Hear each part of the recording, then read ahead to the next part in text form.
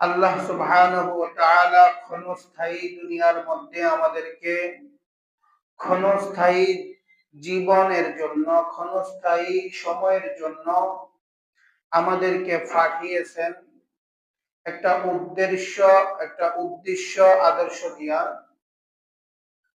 উদ্দেশ্য আদর্শটা কি? আল্লাহ সুবহানাহু ওয়া তাআলা কোরআনে পাকের মধ্যে ইরশাদ করে বলে দেন, মা খালাকাতুল জিন্না ওয়াল ইনসা ইল্লা লিয়াবুদুন। আমি মানব এবং দানব জাতিকে আমি শুধুমাত্র কেবলমাত্র আমার গোলামি করার জন্য আমি পাঠিয়েছি। শুধুমাত্র আমার গোলামি করার জন্য কি করেছি? পাঠিয়েছি। আমার হুকুম আহকাম গুলা, আমার বিধিবিধান গুলা তারা দুনিয়াতে নিজেরাও পালন করবে, অন্যদেরকে পালন করার জন্য তারা সার্বিক সহযোগিতা করবে, উদ্বুদ্ধ করবে। অন্যায় কাজগুলা থেকে নিজেরাও বেঁচে থাকবে এবং অন্যদেরকে বাঁচার জন্য তাগিদ করবে, অন্যদেরকে বাঁচানোর জন্য তারা আপ্রাণ চেষ্টা করবে। এটাই হলো আল্লাহ তাআলার একমাত্র উদ্দেশ্য।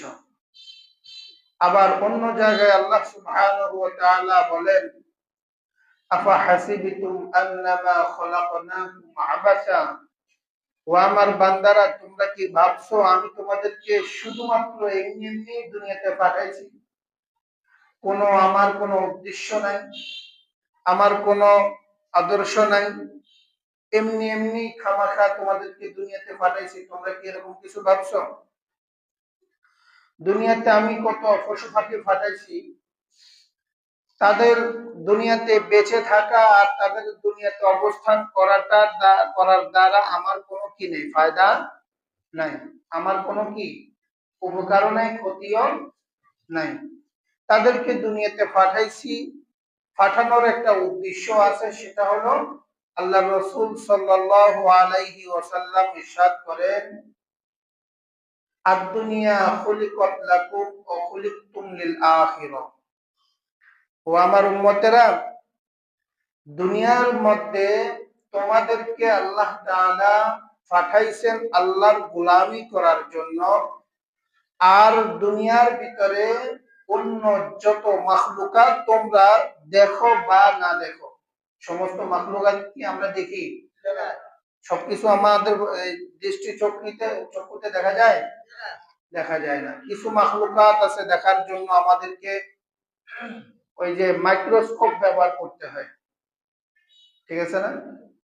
কিছু মাখলুকাত দেখতে হলে আমাদেরকে সমুদ্রের অতল গহ্বরে যেতে হয়। কিছু মাখলুকাত দেখতে হলে আমাদেরকে চাঁদের দেশে যেতে হয়, হয় কি হয় না? এরপরেও সমস্ত মাখলুকাত আমাদের পক্ষে কি দেখা সম্ভব হয়? দেখা হয়। কোটি কোটি গ্যালাক্সি, কোটি কোটি তারকারাজি গ্যালাক্সি রয়েছে, গ্রহ নক্ষত্র রয়েছে, তাদের ভিতরেও কত কোটি কোটি মাখলুকাত রয়েছে। আমরা অনেকে বলে থাকি 18,000 মাখলুকাত। আরে ভাই, 18,000 তো দুনিয়ার একটা অংশের ভিতরেও পাওয়া যায়, বুঝছেন না? কোটি কোটি গ্যালাক্সি আছে যেখানে, সেখানে 18,000-এর কি আছে? ভ্যালু আছে? কোনো ভ্যালু নেই।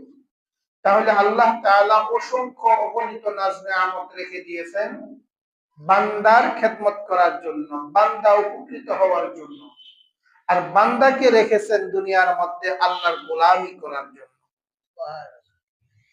এখন আমাদের হয়তো প্রশ্ন থাকতে পারে, তো আল্লাহ গোলামি করতে তো পাঠাইছে, শিশুকাল তো কিছুই বুঝতাম না, যৌবনকালে যৌবনের তাড়নায় অনেক কিছু আমরা পরে পরে কর্ম আশাবাদী ছিলাম, বার্ধক্য সময় তো চিন্তা ভাবনা করলাম, যাকে এখন বয়স হয়েছে, মসজিদে আট কাতারের মুসল্লি হবো, 5 ওয়াক্ত নামাজ পড়বো।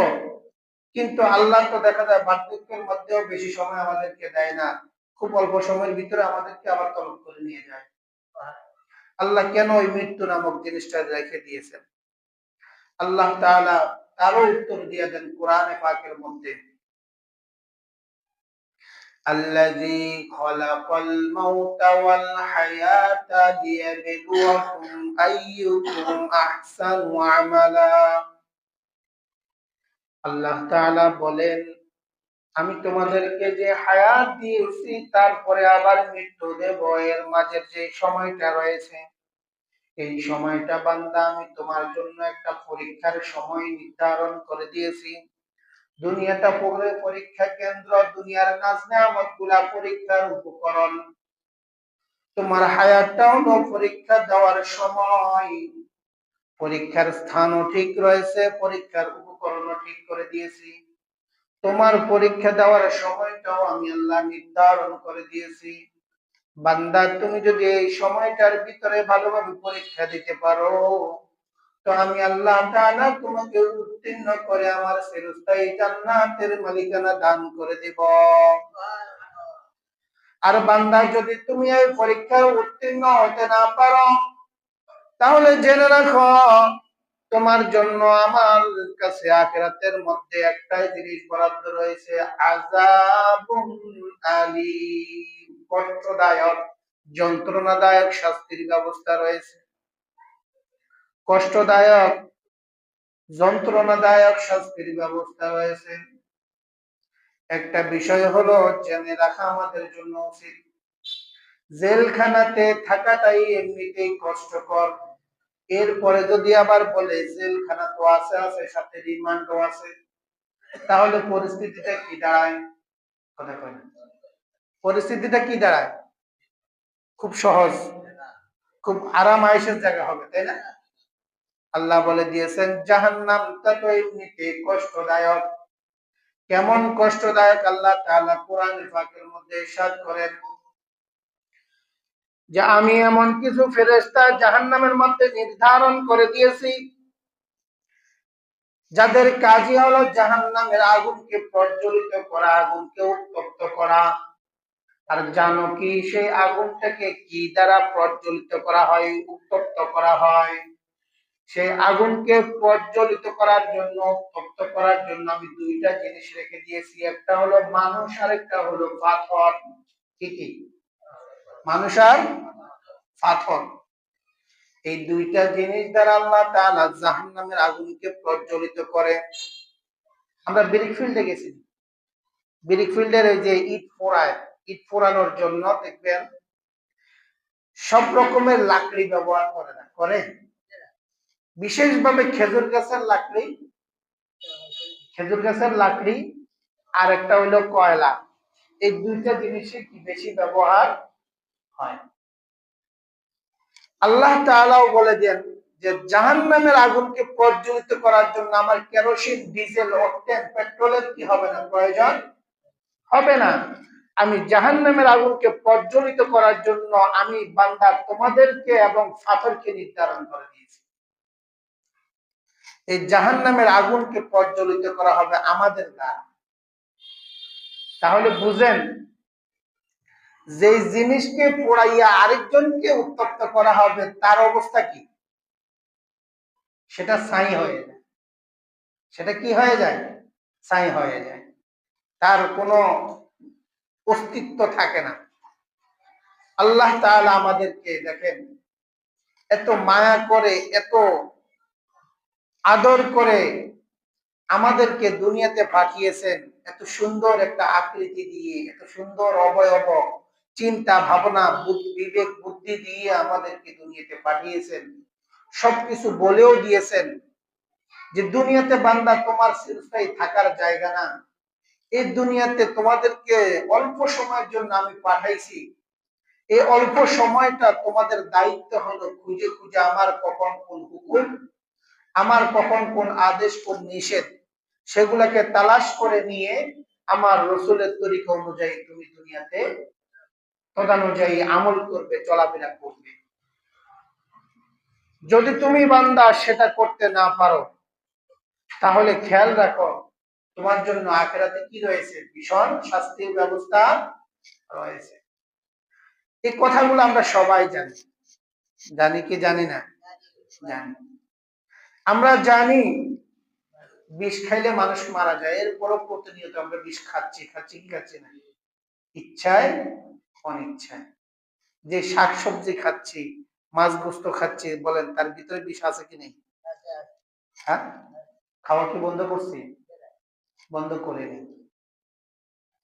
এরপরে সরাসরি আরেকটু আরেকটু ভালোভাবে বিষ খাচ্ছি, যেমন যারা বিড়ি সিগারেট তামাক জাতীয় দ্রব্য, তবে ইয়াবা বাবা ওইটা সেটা আরো কিছু আছে না, যারা এগুলা খায় ওরা সরাসরি কি বিষ খাচ্ছে না? খায়। তারাও জানে এটা একটা বিষ, স্বাস্থ্যের ক্ষতিকর, স্বাস্থ্যের জন্য এটা উপকারী না, এরপরেও খায়। অনেক লোক আছে কাশতে কাশতে দম দেয়, এরপরেও খায়। আছে না নাই? আছে। তাহলে বোঝা গেল জেনে শুনেও অনেকে খাদে পড়াটাকে কি করে পছন্দ করে, কিন্তু আল্লাহ তাআলা তাদেরকেও বারবার বারবার সতর্ক করার জন্য যুগে যুগে আল্লাহ তাআলা নবী রাসূলদেরকে প্রেরণ করেছেন, যে আমার বান্দারা জানার পর গিয়েও ভুল করবে, জানার পর গিয়েও শয়তানের ধোঁকায় তারা পড়ে, শয়তানের ধোঁকায় পড়বে, ভুল করবে। এজন্য বারবার মানুষকে সতর্ক করার জন্য যুগে যুগে আল্লাহ তাআলা 2 লক্ষের বেশি কি করেছেন? নবী রাসূল প্রেরণ করেছেন। এরপরে আবার সাহাবা আজমাইনদের জামাত রেখেছেন, তাবিঈনদের জামাত রেখেছেন, তাবিঈনদের জামাত রেখেছেন, কিয়ামত পর্যন্ত উলামায়ে কেরামদেরকে আল্লাহ তাআলা জমিনের মধ্যে রাখবেন শুধু মানুষকে সতর্ক করার জন্য। কি করার জন্য বলেন? সতর্ক করার জন্য। সম্মানিত উপস্থিতি, আল্লাহ সুবহানাহু ওয়া তাআলা কোরআনে পাকের মধ্যে ইরশাদ করেন, ওয়ামা কুন্না মুআযযিবিনা হাত্তা নাবআসা রাসূলা, আমি কোন মানুষকে ততক্ষণ পর্যন্ত কষ্ট দেই না, আযাব দেই না, শাস্তি দেই না কোন অন্যায়ের কারণে, যতক্ষণ পর্যন্ত আমি তাদেরকে সতর্ক না করি, যতক্ষণ পর্যন্ত তাদের কাছে আমার পক্ষ থেকে কোন নবী রাসূল না পাঠাই, যতক্ষণ পর্যন্ত তাদের কাছে আমার পক্ষ থেকে কোন প্রতিনিধি না পাঠায়। কথা বুঝে আসছে? আল্লাহ বলেও দিচ্ছেন যে আমি সতর্ক করার জন্য তোমাদের কাছে আমার পক্ষ থেকে একজন মেসেঞ্জার আমি পাঠাবো, পাঠাইয়ে তোমাদেরকে আমি সতর্ক করব, একবার না বারবার সতর্ক করব। করার পরেও যখন তোমরা তাদের কথা শুনবে না, তোমরা এরপরে অন্যায় করতে থাকবে, তখন একটা সময় আমি তোমাদেরকে পাকড়াও করে ফেলবো, একটা সময় আমি তোমাদেরকে ধরে ফেলবো। আর যখন আমি ধরে ফেলবো, ইন্না আযাবি লাশাদীদ, তখন আমার শাস্তিটা খুব ভয়ঙ্কর হবে। তখন আর আমার কাছে কোনো সুপারিশ কি চলবে না, কোনো সুপারিশ চলবে না।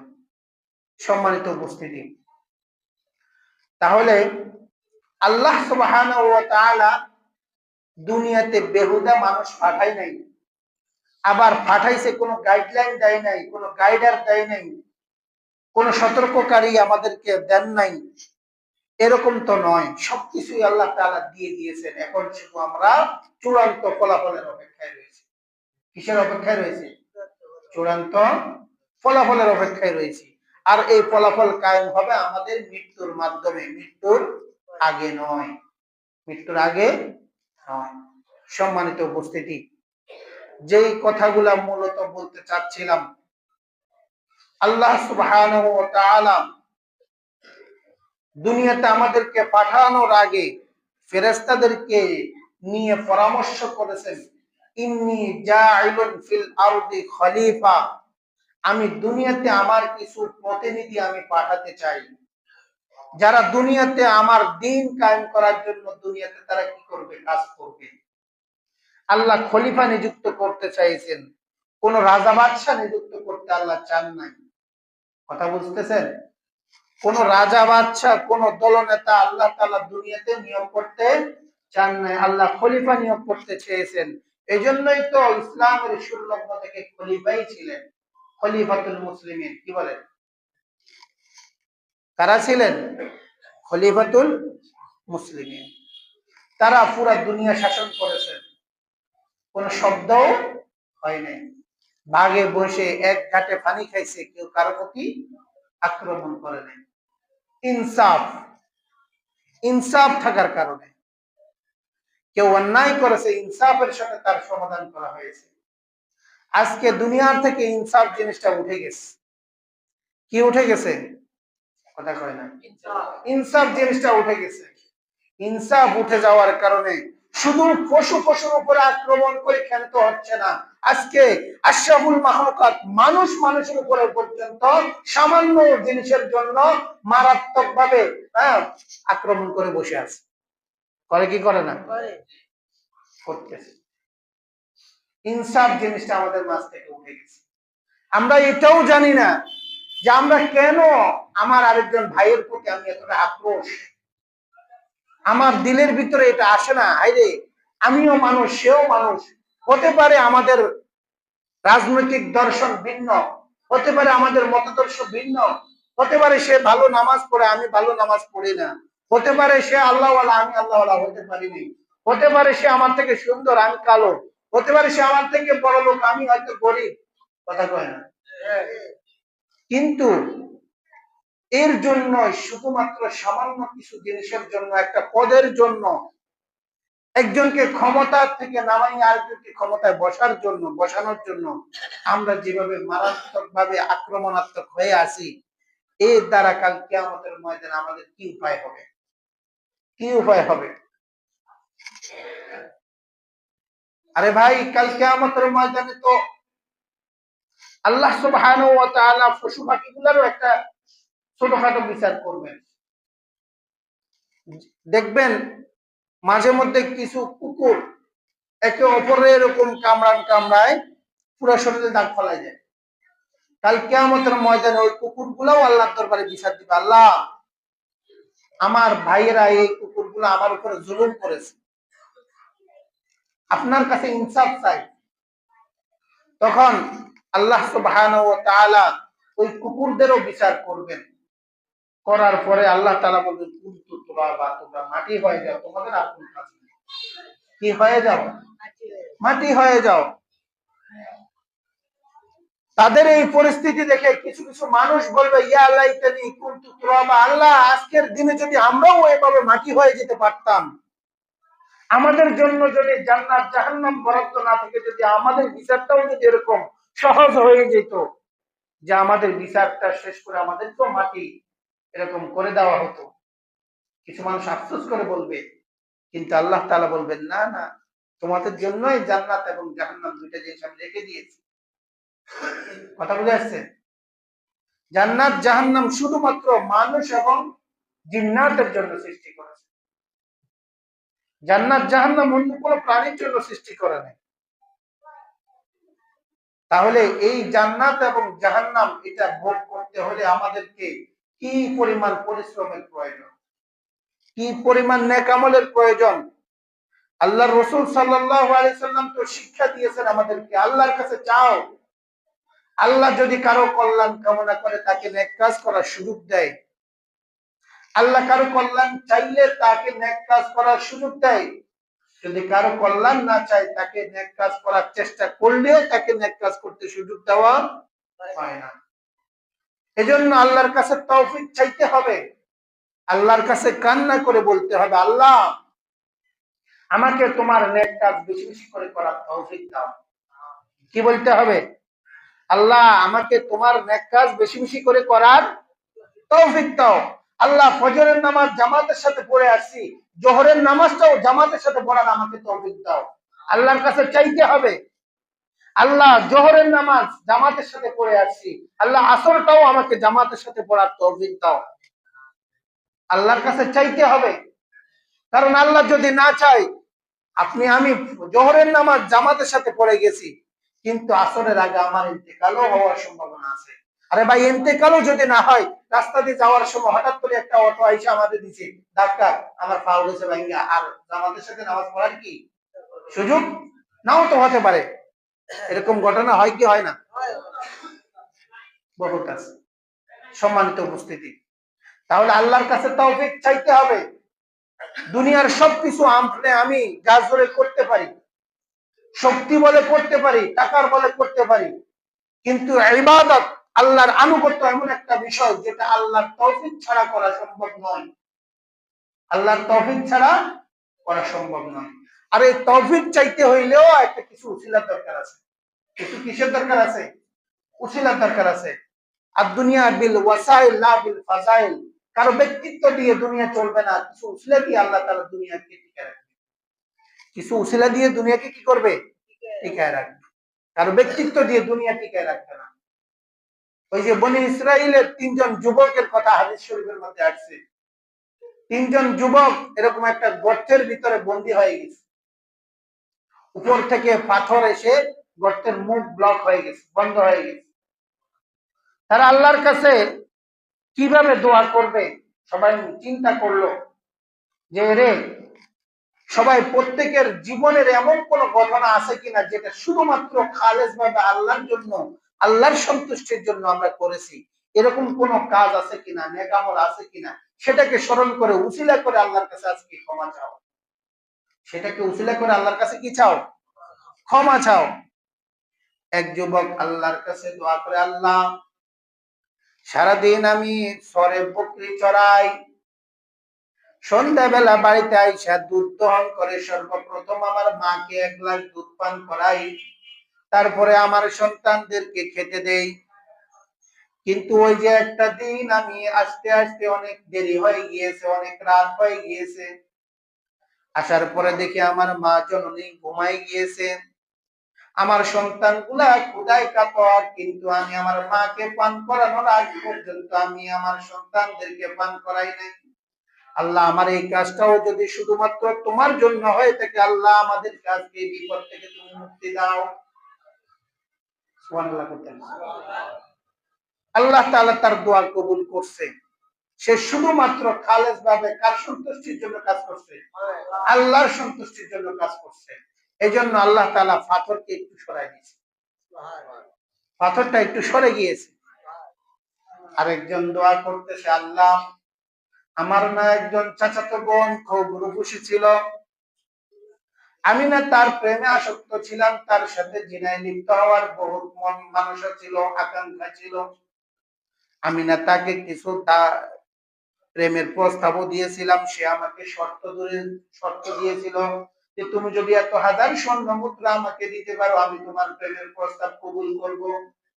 আল্লাহ, আমি তাকে স্বর্ণও দিয়েছিলাম, তার সাথে আমি প্রেম নিবেদনও করেছিলাম, তার সাথে আমি যৌনাচার করার জন্য যখন আমি গিয়েছিলাম, তখন আমার চাচাতো বোনটা আমাকে বলেছিল, ইন্নী আখাফুল্লাহ, আমি আল্লাহকে ভয় করি, আমার এই গুনার অবস্থায় যদি আমার ইন্তেকাল হয়ে যায়, তাহলে আমি কাল কিয়ামতের ময়দানে আল্লাহর সামনে কিভাবে দাঁড়াবো। আল্লাহ, আমি না সেদিন শুধুমাত্র তোমার ভয়ে ইখলাসের সাথে আমি আমার চাচাতো বোনটাকে ছেড়ে দিয়েছিলাম, তাকে ক্ষমা করে দিয়েছিলাম। আল্লাহ, যদি এই কাজটা তোমার সন্তুষ্টির জন্য হয়, তাহলে তুমি আমাদের কাজকে এই বিপদ থেকে উত্তীর্ণ করো। বলেন, তাদের যে ছোটখাটো আমলগুলা, এরকমও কি কোন একটা আমল আমাদের মাঝে আছে? বলতে পারবো আমরা যার উসিলা আল্লাহ আমাদেরকে ক্ষমা করতে পারে? আমাদের ভিতর থেকে সবচাইতে বড় জিনিস ইনসাফ জিনিসটা উঠে গেছে, আমাদের ভিতর থেকে মনুষ্যত্ব বোধটা উঠে গেছে, মনুষ্যত্ব বোধটাই উঠে গেছে। আমরা দুনিয়াটাকে বানাই দিছি এটা এমন একটা অবস্থা যে রাজত্ব কায়েম করতে হবে, আমি রাজা হতে হবে, না হয় আমার নেতাকে রাজা বানাইতে হবে। সবাই আছি এটা নিয়ে ব্যস্ত, সবাই এটার পিছনে দৌড়াইতেছি, কিন্তু আল্লাহর হুকুম কি সেদিকে আমাদের বিন্দু মাত্র তোয়াক্কা নাই। আল্লাহ বলেন, আমি দুনিয়াতে আমার খলিফা নিযুক্ত করব, দুনিয়ার মধ্যে আমি আমার প্রতিনিধি নিযুক্ত করব যারা ইনসাফ কায়েম করবেন। এখন বলবেন হয়তো অনেকেই তো ইনসাফের কথা বলে, আমরা ক্ষমতায় আসলে এই করব সেই করব। খেয়াল রাখবেন, সংক্ষেপ কথা, হারামে আরাম নাই, হারামে আরাম নাই। আমাদের বর্তমান প্রচলিত যতগুলা পদ্ধতি রয়েছে, সবগুলা পদ্ধতি কিন্তু অবৈধভাবে, এগুলা বৈধ পদ্ধতি একটাও নেই। বৈধ পদ্ধতি কি? একটাও নেই। বলবেন সেটা আবার কি বলছেন? আমাদের বর্তমান দেশের পরিস্থিতিটা হলো, ক্ষমতার যেই উৎসগুলো আমরা মনে করে থাকি, ক্ষমতার উৎস কি? জনগণ। কথা বলেন, ক্ষমতার উৎস কি মনে করি আমরা? এখানেই তো অবৈধ সম্পর্ক বসে রয়েছে। আলো শিরিক পরিপূর্ণ কি? শিরিক। সকল ক্ষমতার মালিক কে? সকল ক্ষমতার মালিক আল্লাহ। কিন্তু আমরা মনে করে রয়েছি সকল ক্ষমতার মালিক জনগণ। এখানেই তো সমস্যা। অন্য কোনো দিকে যাওয়ার আমাদের দরকার নাই। জনগণ চাইলে আমরা ক্ষমতায় আসবো, জনগণ না চাইলে আমরা ক্ষমতায় যেতে পারবো না, এমন কথাও আমাদের নেতারা বলে কি বলে না? সমস্যা তো এই জায়গায়, কথা বুঝতেছেন? তো জাতের শুরুতেই গলত, এ আমার ভবিষ্যতে ভালো কাজ করবে কিভাবে, তার দ্বারা ভবিষ্যতে ভালো কাজ হবে কিভাবে, বুঝার জন্য আরেকটু ডিপে বলি, যে মানুষের জন্ম পরিচয়টাই সমস্যা, ওই মানুষটা যদি কোনোদিন বিসিএস ক্যাডারও হয়, মানুষ তাকে সম্মান দিবে? সে সমাজে প্রতিষ্ঠিত হতে পারবে? হ্যাঁ, কেন কেন পারবে না? কারণ তার গোড়াতে সমস্যা। কোন জায়গায় সমস্যা? গোড়াতে সমস্যা। উদাহরণস্বরূপ বলতে হয়, আমাদের দেশের মানুষের এমন স্বভাব, ওই যে সাতখিল একটা জায়গা আছে, খিলপাড়া, সাতখিল, নোয়াখালী সাতখিল উপজেলা একটা জায়গা আছে খিলপাড়া। খিলপাড়ায় একজন ডিসি সাহেব আছেন, তাদের ফুল ফ্যামিলির সবাই উচ্চ শিক্ষিত। একজন ডিসি সাহেব আছেন, হাসান ডিসি নামে পরিচিত, এখন জীবিত আছে কিনা জানি না। তিনাদের বাড়িতে যে একটা মাদ্রাসাও আছে, তো তিনাদের বাড়ির একটা নাম আছিল, এই কি একটা নামে মানুষে ডাকতো। তখন সবাই যখন শিক্ষিত, এরা ডিসি হয়েছে, বিভিন্ন উচ্চপদস্থ কর্মকর্তা হয়েছে, সবাই মিলে চিন্তা করলো যে আমাদের বাড়ির নামটা একটু পরিবর্তন করা দরকার। কথা বুঝতেছেন? পরিবর্তন করা দরকার। তো কিভাবে পরিবর্তন করবে? তারা 14টা গরু জবাই করে 14 গ্রামের মানুষকে খাওয়াইছে। বলেন, গরু 14টা ঠিক আছে, 14 গ্রামের মানুষ দাওয়াত দিলে কোন মানুষ 3বারও খাইছে, কোন মানুষ একবারও খাইলে হয়। কথা বুঝেন নাই? কারো ভাগে গোস্ত পড়ছে, কারো ভাগে হাড্ডিও পড়ছে। এই পরিস্থিতিতে মানুষ যাইতে যাইতে বলতেছে এটা হাড্ডিয়া লাগো বাড়ি। কার বাড়ি? হাড্ডিয়া লাগো বাড়ি। পরে কয় কি নাম পরিবর্তনের লাই এত লাখ লাখ টাকা খরচ করলাম, ওই নাম পরিবর্তন হয়েছে, তবে ওই একটা শেয়ারই আরেকটা হচ্ছে। আমাদের দেশের পরিস্থিতিটাও এরকম, কার থেকে ক্ষমতা নিয়ে কাকে ক্ষমতা দিবেন, কার থেকে ক্ষমতা নিয়ে কাকে ক্ষমতা দিবেন, সবাই একই একই গতিতে হাঁটতেছে। কেউ ভালো কোনো অবস্থানে কি নাই, কারণ হলো আমাদের ভিতর থেকে ইনসাফ চলে গেছে। আল্লাহর হুকুম আহকাম গুলো আমরা বিন্দু মাত্র জানি না, কিভাবে আমরা দুনিয়াতে চলতে হবে, কিভাবে দুনিয়াবাসীকে চালাইতে হবে। দুনিয়াবাসী পরে বাদ দেন, আজকে আমি আমার পরিবারের কতটুকু আমরা নিগরানি করতে পারছি ইসলামিক বিধিবিধান মতো, আমি আমার পরিবারের কতটুকু দায়িত্ব ইসলামী বিধিবিধান মতো ফলো করে আমি আমার পরিবারের লোকজনদেরকে চালাতে পারতেছি। কথা বুঝে আসছে? আমি আমার পরিবার কন্ট্রোল করতে পারি না, পরিবারের ভিতরে ইসলাম প্রবেশ করাতে পারি নাই, পরিবারের লোকজনদেরকে ইসলামের জন্য আমি ধাবিত করতে পারি নাই। আজকে আমার মা বোন, আমার স্ত্রী, আমার সন্তান, আমার মেয়েরা আজকে দিন প্রচারের জন্য তুমি আর এদিকে সেদিকে ঘুরে বেড়ায়। কথা বুঝেন নাই? কোন নবী আলাইহিস সালামের কোন স্ত্রী, কোন কন্যা এরকম বাইরে বাইরে ঘুরছে দিন প্রচারের জন্য? আল্লাহ তো কোরআনে ঘোষণাই দিয়ে দিয়েছেন, অকরনা ফি বুয়ুতিকুন্না ওয়ালা তাবাররাজনা তাবাররুজাল জাহিলিয়াতিল উলা। কার ঘোষণা এটা? আল্লাহর ঘোষণা। সূরা নূরের ভিতরে আল্লাহ তাআলা বলে দিয়েছেন, মহিলারা থাকবে ঘরের কুঠরিতে, তারা সেখানে থাকি আল্লাহর দ্বীন ধর্ম পালন করবে, আল্লাহর দ্বীন ধর্ম পালন করবে। একান্ত ঘরের বাইরে যাইতে হইলে তারা তাদের পুরো আপাদ মস্তক তারা ভালোভাবে ঢেকে বের হবে। কার ঘোষণা এটা? আল্লাহ। কথা কয় না। আমাদের মা বোনদের অবস্থা কি তা বুঝেন নাই? নিজের ভিতরে 3.5 বডির ভিতরে ইসলাম নাই, কিন্তু আমরা ইসলামের জন্য খুব বেশি পেরেশান হয়ে গেছি। কেউ ইসলাম কায়েমের জন্য আমরা এদিক সেদিক ঘুরে ফিরে ব্যস্ত। বলেন, আল্লাহর বিধিবিধান গুলার ভিতরে সবচেয়ে বেশি গুরুত্ব কোন বিষয়ের? ফরজ, ওয়াজিব, সুন্নাত, মুস্তাহাব, কোনটার গুরুত্ব বেশি? ফরজের গুরুত্ব বেশি। হজ করা ফরজ না ওয়াজিব না সুন্নাত না মুস্তাহাব? পুরুষের উপরে না নারীর উপরে না সবার উপরে? সবার উপরে। পুরুষের উপরে যদি হজ ফরজ হয়, পুরুষ একা কিভাবে হজ করতে যাইতে পারে, কিন্তু একজন নারীর উপরে যদি হজ ফরজ হয়, সে কি একা কিভাবে যাইতে পারে? হ্যাঁ, যাওয়ার অনুমতি আছে? যেখানে আল্লাহর ফরজ বিধান একাকী পালন করার জন্য ঘর থেকে বের হওয়ার কোনো নারীর অধিকার নাই, সেখানে মুস্তাহাব আমলগুলো করার জন্য কিভাবে নারীকে সমাজে বের হওয়ার অনুমতি কে দেয়? কথা বুঝতেছেন আমার? কে দেয়? কারা দেয়?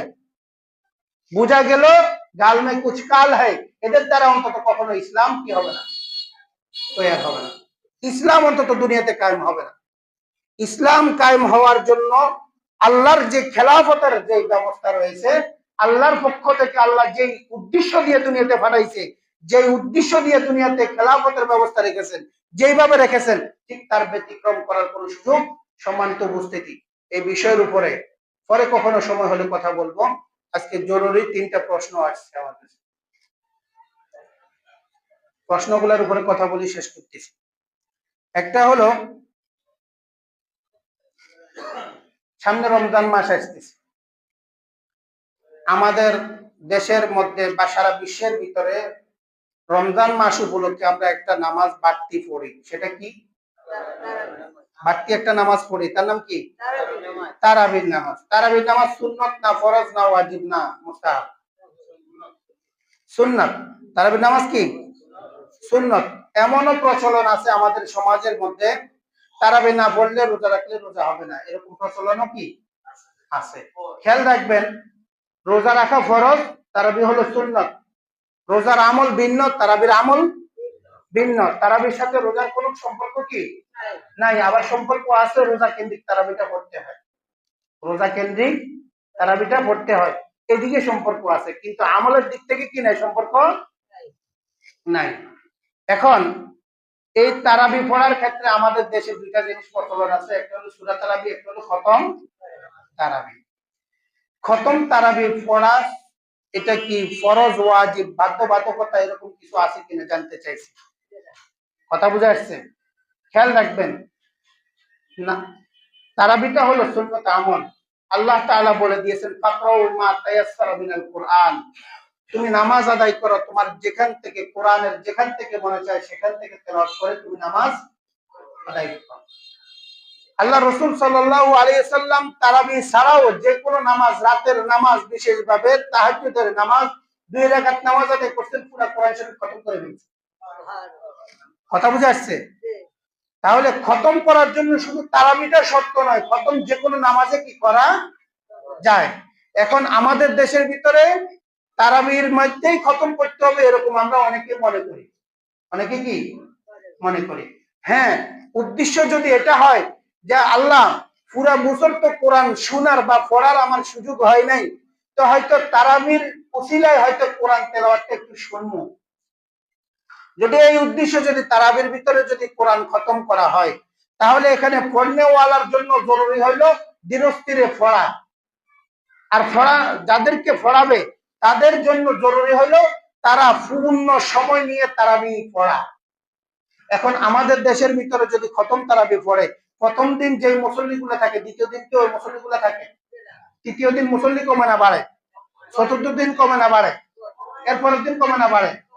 তাহলে দেখা যায় আমরা সবাই মিলে বললাম আমরা খতম তারাবি পড়বো, কিন্তু গুটি কয়েকজন মুরব্বী থাকে যাদের বাড়ি ঘরে তেমন একটা কাজ কাম নাই, এমন কিছু মুরব্বী থাকে, দেখা যায় তাদের ভিতরে অসুস্থ মাজুর লোকও থাকে বেশিরভাগ। কথা বলে অসুস্থ মাজুর লোক থাকে কি থাকে না? দীর্ঘক্ষণ দাঁড়ায় থাকতে থাকতে তাদের কষ্টও হয়, কিন্তু মাসালা হলো আপনি মুসল্লিদের দিকে খেয়াল করে তাদের অবস্থান আলোকে আপনাকে কি করতে হবে, কেরাত করতে হবে, বড় করতে হবে, ছোট করতে হবে। কথা বুঝে আসছে? এখন আমি পড়তে আসি, কোন মুসল্লির যদি কষ্ট হয় তাহলে আমার এই নামাজের কোনো দরকার নাই। কথা বুঝে আসছে? নাম্বার 2 মাসালা, সূরা তারাবির ফজিলত বেশি না খতম তারাবির ফজিলত বেশি? প্রশ্ন করছে এখানে, এই জন্য লিখিত ভাবে কথা বুঝেন। খতম তারাবির ফজিলত বেশি এই দৃষ্টিকোণ থেকে, যদি পুরা কোরআন শরীফ আপনি পড়েন আর শুনেন। কথা বুঝতেছেন? পুরা কোরআন শরীফ পড়েন আর শুনেন, তাহলে খতম তারাবির ফজিলত কি বেশি। যদি পূর্ণ কোরআন শরীফ আপনি পড়েনও নাই, শুনেনও নাই, বা এমন ভাবে পড়ছেন খালি তালামুন আর লা ইয়ালামুন বোঝা যায়, আর অন্য কোনো কিছু বোঝা যায় না। কথা বুঝেন না? আমাদের দেশে কি হয়, তালামুন লা ইয়ালামুন গাফিলুন, এই কয়েকটা শব্দই কি বেশি বোঝা যায়, শোনা যায়, এর বাইরে আর কোনো কিছু কি কোরআন দিয়ে শুরু করছে, কোরআন দিয়ে শেষ করছে, বেশিরভাগই বোঝা যায় না। তাহলে এই ক্ষেত্রে দাঁড়িয়ে সূরা তারাবির ফজিলত কি বেশি। আপনি ধীরে ধীরে ছোট ছোট সূরা পড়েন, মুসল্লিরা পিছন থেকে যদি শুনতে শুনতে যদি দু চারটা যদি কি করতে পারে, ঠিক করতে পারে।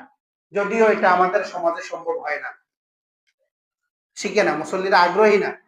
যদি শিখতো, দৈনিক 3 ওয়াক্ত নামাজে 6 রাকাতে সূরা ফাতিহাটা পড়া হয়, সূরা ফাতিহা কতজনের আমাদের সহিহ হয়েছে?